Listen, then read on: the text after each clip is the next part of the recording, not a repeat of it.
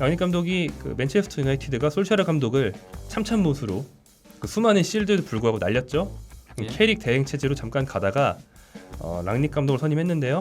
감독으로서 랑닉 감독이 일단 대행으로서 그 임시 감독으로서 이번 시즌을 나고 그 다음에는 일종의 단장직으로 올라가게 되는 컨설팅 역할로 2년을 맡게 되죠. 네, 상당히 절묘한 계약 형태이고 윈윈이 될 수 있는 형태라고 보는데 네. 랑닉 감독이 팀 빌딩이나 팀의 철학을 심는 것이나 네. 이런 점에 굉장히 강점이 있는 사람인데 이렇게 에고 강하고 약간 지멋대로 뛰면서 수비 가담을 잘 안 하는 스타들이 여럿 있는 팀에 임시로 와서 이걸 추스리는데 적임자일까요? 랑닉 축구하고 현재 맨유가 하는 축구하고는 안 맞는 부분이 상당히 많이 있는 건 맞아요. 이건 이제 기록적으로도 드러나는 부분이거든요. 그래도 꼭 필요했던 선임이다라고 생각을 해요. 네. 맨유의 가장 큰 문제는 철학이 없다라는 거라고 생각을 그렇죠. 해요. 네. 그러니까 대체 이 팀이 추구하는 축구가 어떤 건지가 보이지가 않아요. 이거에 대해서 랑닉이 비교적 최근에 인터뷰에서도 한 적이 있어요. 펩 하면 어떤 축구, 시메오네 하면 어떤 축구, 클롭 하면 어떤 축구, 나게스만 하면 어떤 축구, 이런 것들이 딱 명확하게 잡히는 게 있다. 철학이 있다. 이렇게 되면은 선수들도 자다가 깨도 거기에 적응하게 된다. 이런 것들이 없게 되면은 선수들도 훈련할 때 목적성을 가질 수 없고 일관성도 떨어지고 하기 때문에 그건 문제가 있다라고 얘기를 했었어요. 호펜하임을 지금으로 만든 게 이 사람인 거고, 그렇죠. 만년 그것도 하부 리그, 막 5부 리그, 6부 리그에 있었던, 그리고 또 이제 2009년에 창단한 라이프치히를 지금의 위치까지 끌어올린 게 바로 랑닉인 거거든요. 신흥 명문을 만드는 사람이지 기존 명문을 맡은 적은 성공한 적은 없다. 감독으로서의 좀 의구심이 있을지 몰라도 6개월 동안 이제 팀의 기반을 다지고 그러고 나서 이제 능력 있는 그 철학을 심고 그 능력 있는 사람을 이제 후임으로 데려오면은 이런 것들은 이미 라이프치히에서 했었거든요. 2015-16 시즌에 이제 그러니까 라이프치히가 2부 리그에 있었던 거를 본인이 이제 직접 임시 감독을 맡아가지고 한 시즌 동안 맡아가지고 분데스리가로 승격시켰었고요. 또 이제 하제니트를 경질시키고 나서 이제 나겔스만이 부임하기 전까지의 1년간의 공백이 있었을 때 2018-19 시즌에 그때도 이제 한 시즌 동안 그렇죠. 팀을 그 분데스리가 3위와 그것도 계속 2위에 있다가 그 우승 경쟁을 하고 있었거든요. 우승 경쟁을 계속하다가 아쉽게 3위를 했었고 포칼에서도 준우승을 했었거든요. 이런 빌딩에는 강점이 있는 사람이기 때문에 가장 이상적인 선임이라고 생각해요. 철학이 있으면은 거기에 맞는 선수들을 영입을 하게 되는 건데 그게 없다 보니까 얘 잘하네 이러면서 그냥 무조건 영입하고 봤다라는 거죠. 그러다 보니까 팀에 맞지 않는 선수들 영입도 너무 많았고 가장 대표적인 케이스가 4-2-3-1을 쓸 거면서 브루노 페르난데스가 있는데 반더베이크를 영입했다? 이거 되게 말도 안 되는 영입인 그렇죠. 거거든요. 소위 말하는 메잘라 전문인 선수를 다 잘하는 선수들이긴 한데 레이시퍼드, 그린우드, 진짜 넓게 보면 마샬도 그렇고 호날두, 지금 나간 저기 데니얼 제임스 다 겹쳐요 스타일이. 근데 이렇게 얘기를 들어보니까 특히나 호날두는 상극인 것 같은데.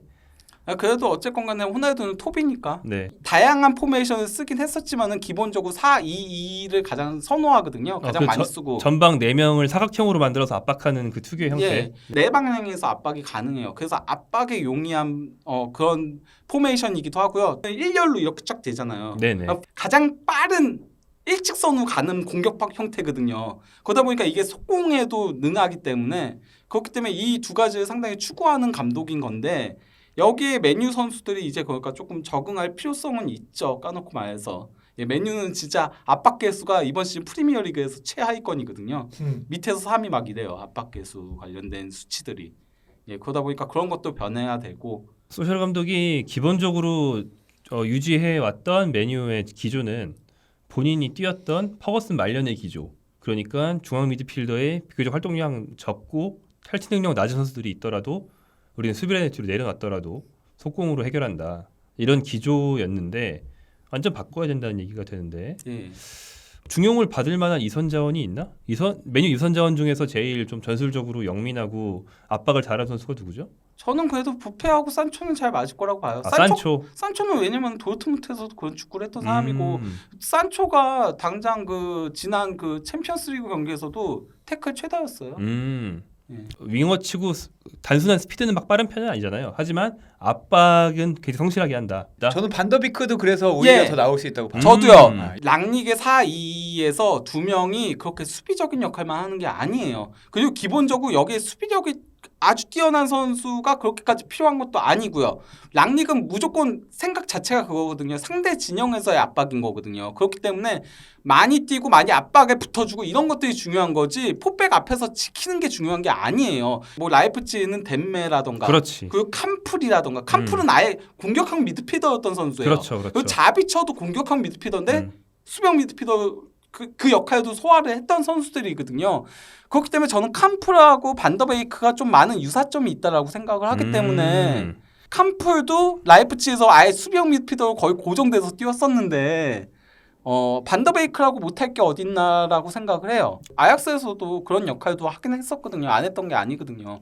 물론 저도 여전히 뭐 반더베이크의 베스트 포지션은 메찰라라고 보긴 하지만은 4-2-2의 한 자리에 세울 수 있다라고 봅니다. 그래서 저는 어떤 의미에서는 맥토미니가 도리어 밀려날 위험성이 있다라고 생각을 해요. 왜냐면 맥토미니는 그거 압박이라던가 이런 거는 많이 하지만은 민첩성 자체가 떨어지잖아요. 그래서 달라붙는 속도가 조금 떨어지잖아요.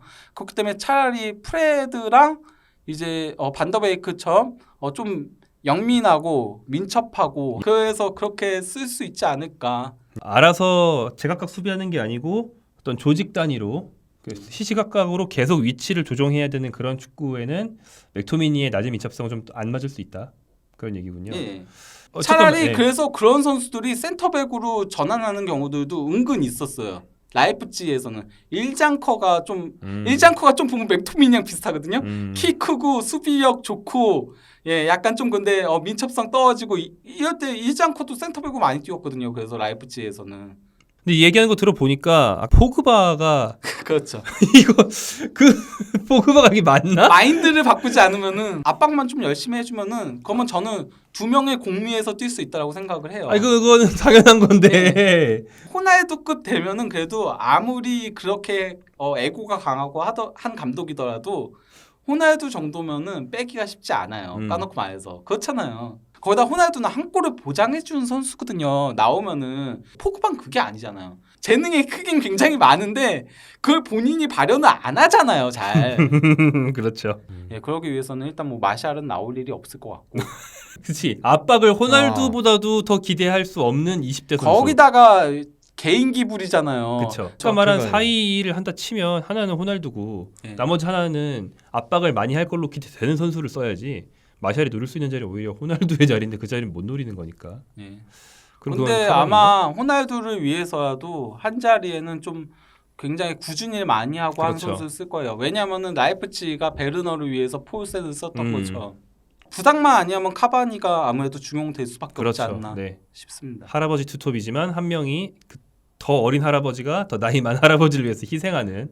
근데 카바니는 그게 너무나도 익숙한 선수거든요. 그럼요. 선수 경력 내내 그러니까 물론 나폴리 때까지는 안 그랬지만 파리 생제르맹 때부터 그리고 또 우루과이 대표팀까지 네. 그게 너무나도 익숙한. 어유 졸라타님, 예. 수진님 이러면서 예. 네. 카바니 호날두가 앞에 있다 치면 그 뒤는 이러면 산초 부페인가? 예. 그렇군요. 그 뒤는 하나는 프레드, 하나는 반더베이크. 를 쓸 가능성이 네. 저는 있지 않을까 생각을 프레드 해요. 반더베이크. 예. 포백의 센터백으로 바람 메가이어에 이은 넘버 3가 지금 좀 못 믿어오니까 맥토미니 왔다 갔다 하면서 테스트 받을 수 있겠네요. 의외로 그렇게 되면 린델레프보다 더 어울릴 수도 있지 그렇죠. 않을까도 맞아요. 생각을 해요. 좌우 풀백에 이제 오른쪽이 조금 또 고민이 되죠. 왜냐면은 그래도 측면을 더 많이 공격하는 거는 좌우 풀백들의 역할이 크거든요. 더 능력치의 총합은 낮더라도 공격적인 선수가 필요한데 네. 완비사카는 열심히 올라가서 생산성 예. 떨어지는 공격하고 돌아오는 그래서 선수. 완비사카도 솔직히 말하면 조금 랑닉 축구에 안 맞는 선수. 그렇네요. 4-2-2를 한다는 건 윙이 없는 거니까. 예.